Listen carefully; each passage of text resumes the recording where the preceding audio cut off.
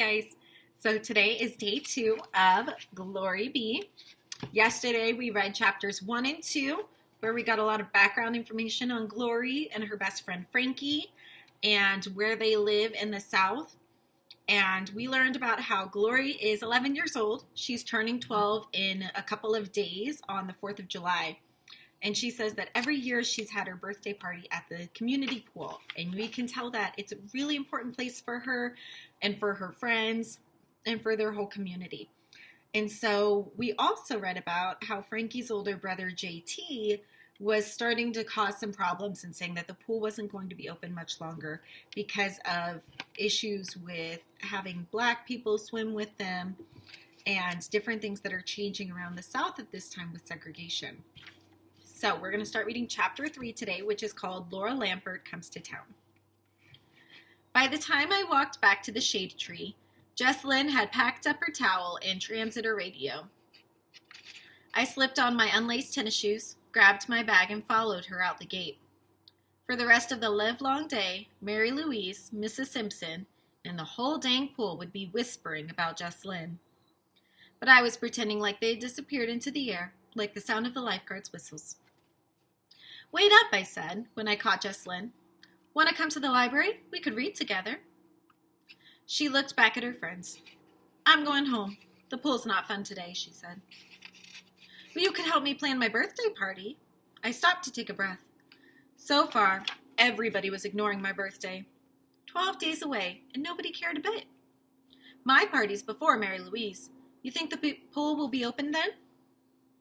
"I don't know, Glory. There's a lot going around here that you're just too young to understand. But I doubt the pool will close. And I don't have time to think about the party right now." Jesslyn turned and headed across the street towards home. I didn't care if my sister ever helped me do a thing again. I'd figure out this pool problem my own. I walked straight to the library. Miss Bloom, the librarian, always knows everything. She would know if the pool's got cracks in it. So I pushed open the door and caught my breath inside the big room. Old men sat at the long wooden tables reading newspapers near the front windows. I looked for Miss Bloom, but what I saw, sitting in the cool, dark corner of the library with a book perched in her lap, was somebody I'd never laid eyes on, just about my age, who I swear didn't look like she belonged here in hanging moss. Instead of a ponytail like mine, one fat braid reached down to her waist. She wore heavy sandals with socks. No kid in the entire state of Mississippi wore black socks in the summer. Shoot, if I wasn't standing smack dab in the middle of the library, I wouldn't be wearing shoes. I tucked my towel from the pool under me and scrunched down in a chair next to that girl's. I grabbed a book and turned the pages. Someone would have thought I was reading the most interesting thing in the whole wide library. When I leaned over to see what the cover of what the girl was reading, she jumped like I'd shot off a firecracker in the library. "Is that book good?"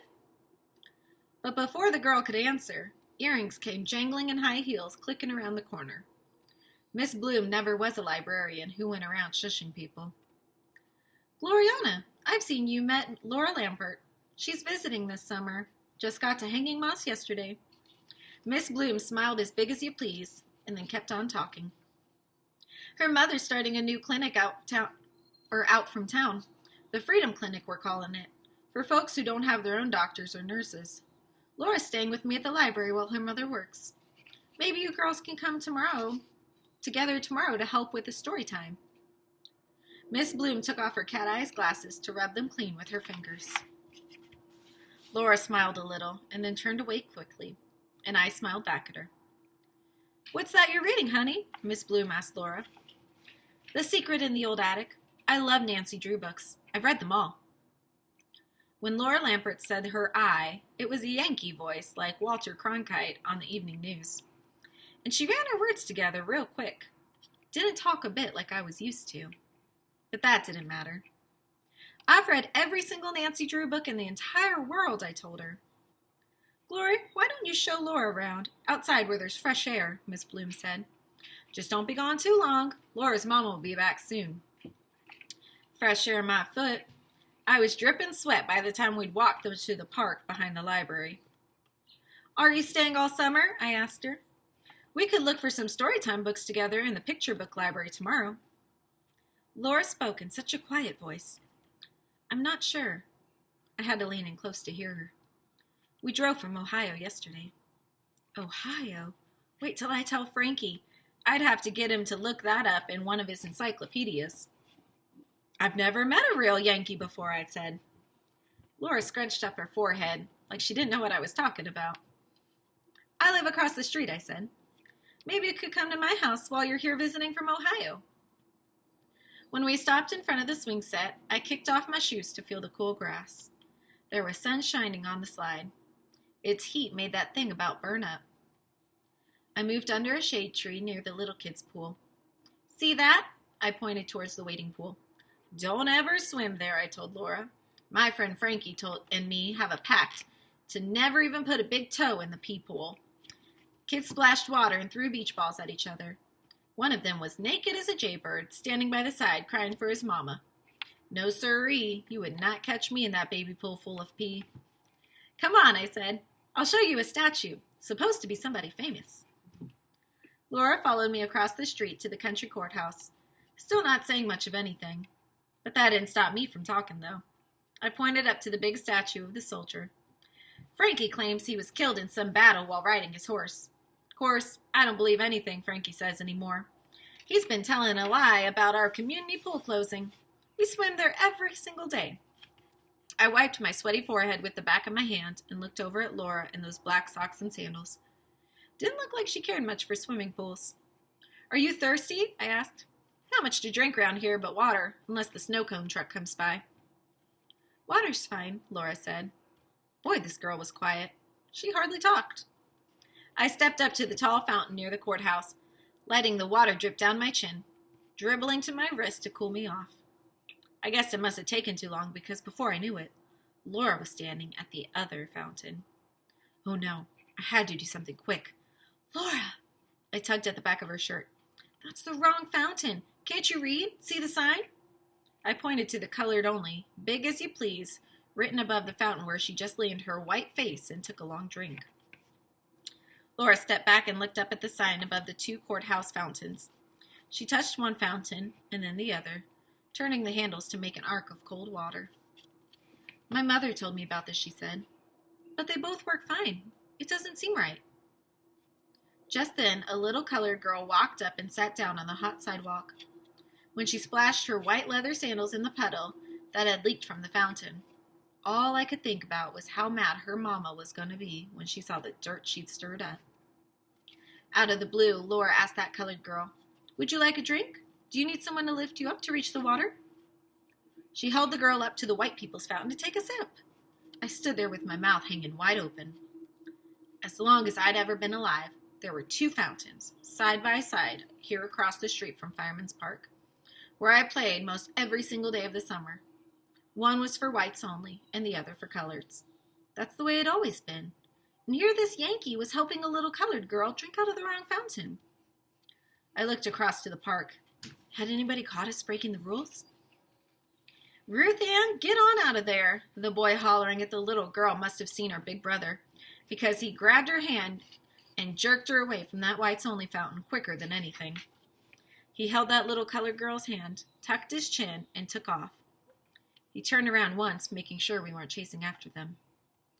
Laura looked from the fountain to me and back again as the colored boy and girl disappeared around the corner. What difference does it make which one we drink from? Laura asked. The water tastes the same. And she stepped up to the wrong fountain to get herself another long drink. Oh boy, I had a lot to teach this girl about Hanging Moss, Mississippi. So we can see that Laura's from Ohio, and if you Google a map of the United States, you can see that Ohio is in the north part of the United States, and Mississippi is down in the south. So in the south, we know from our prior knowledge of Martin Luther King and reading about his biography, how the South was very segregated still. Even after they declared segregation illegal, a lot of people couldn't accept that. And so Laura is from the South, Laura is from the North, and Gloria is from the South. So to Laura, up in Ohio, everyone could drink from the same fountain. Things weren't segregated like they were in Mississippi. But Gloria's only lived in this one small town in Mississippi, And she says as long as she's known, there's been those two fountains there, one for white people, one for colored people, as they say. And she said that she was looking around thinking, gosh, is anyone going to get us in trouble? Did they see us? Because she thought she was breaking a rule. Because where she's from in Mississippi, it was a rule that you couldn't drink from the other fountain. Even if you were white, you couldn't drink from the colored fountain, right? And so she was worried that they were going to get in trouble. And when the boy came over and grabbed Ruth Ann, the little girl, and yanked her away, they said that they saw him kind of looking back to see if they were going to chase him, because he saw she was drinking from the wrong fountain, from the whites only fountain. And so we can tell that in this town in Mississippi, it's still very segregated. And Laura and her mother have moved from Ohio in the north where it's not. So we can kind of see how when Glory says, I had a lot to teach this girl about hanging moss in Mississippi, we can see that Laura coming in with a totally different perspective could cause some issues here in this small town. So I'm going to start chapter 4. It says, Me and Emma and Nancy Drew. The next afternoon, Jesslyn was upstairs with our bedroom door slammed shut, playing a sappy Elvis song on her record player. I plopped down in a kitchen chair to watch our cook Emma fixing supper, the same she'd done almost every single night since I was born. She poured sweet tea into a tall jelly glass full of ice cubes. She sat next to me and stirred milk and 2 spoons of sugar into the coffee in our plain white cup. When she handed me my tea, I pressed our palms together. Look here, Emma, I said. My hand's the same as yours. She shook her head and laughed. Glory, sweetie, our hands aren't a thing alike, but they match up pretty good. I looked hard at our hands together. Emma was right. They were different. Mine were getting nearly as big as Emma's, but her hands were the color of her coffee, and mine were as white as Wonder Bread. But still, Emma and me, we fit together like those praying hands statue over at Daddy's church. When Emma pulled our hands apart, she slid a postcard across the kitchen table. I saved you this to mark the place we stopped reading our Nancy Drew book, she said. Came from one of your Daddy's church people. Says here on the back they were visiting in Tennessee. See Rock City, I read aloud. Maybe someday I'll see Rock City, I told Emma. Right now, I could count on one hand the places Jesslyn and me had been. This postcard's nice. I'm putting it in my junk poker box, I whispered, and then I smiled at Emma. To bet with. Don't let me hear you talking about betting, Glory. Your daddy, Brother Joe, will skin you alive if he catches you and your sister playing that junk poker card game. And betting, that goes against your daddy's church teachings. Emma stood up, opened the icebox, and put the fried chicken inside for later. Ever since our mama died, before I could hardly remember, Emma had been worrying over Jesslyn and me. Eat your green beans. Stay inside with the shades pulled down when it's hot. Watch crossing that street. Mostly, I paid attention and did what Emma said. But when it came to junk poker, that was different. I tucked the postcard into our Nancy Drew book to save for my next card game with Jesslyn. To get Emma's attention onto something else, I'd said, Guess what, Emma? I met a girl at the library. Her name's Laura, and she's from up north. She drank out of the wrong water fountain over at the courthouse. I told her not to, but she wouldn't listen. Emma didn't answer, but she was listening, though. Reckon she'll be my friend? She doesn't talk much, and when she does, she talks funny, 'cause she's a Yankee. Miss Bloom says her mama's here being a nurse. You heard of a place out on the highway called some Freedom Clinic thing? Emma shook her head. She still wasn't talking, so I started on something new. But at least her mind was off of junk poker.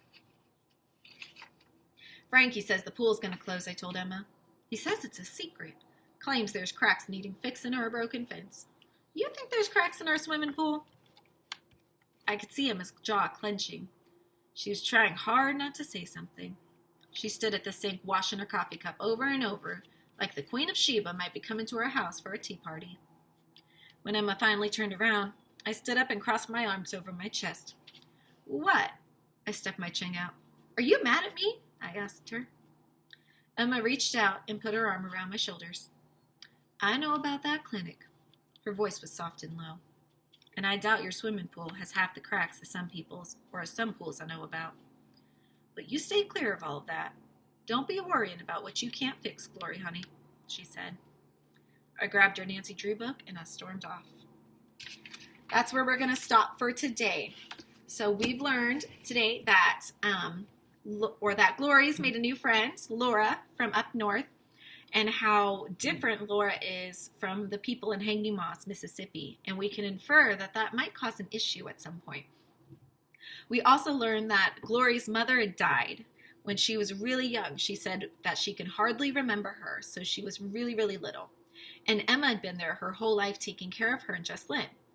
So Emma is like their, kind of like their mom or their babysitter or their caretaker. So she lives with, or she stays with them during the day, and she helps clean the house and helps take care of the girls and fix them supper and everything. And when Glory says that Emma's hand was the color of her coffee, that shows us that Emma is black. And that Glory said her hand was the color of Wonder Bread, and we know that Glory is white. So we can see that Emma works for Glory's family, but she's very important to her. They read books together. She helps take care of her. She watches out for her and her sister, Jesslyn. So the next time we read, we're going to read more about Glory and Emma's relationship and Glory and Jesslyn's relationship as sisters. So we just stopped at the end of chapter 4. Next time we start will be chapter 5 when we do day 3 of Glory Be. I'll see you guys next time.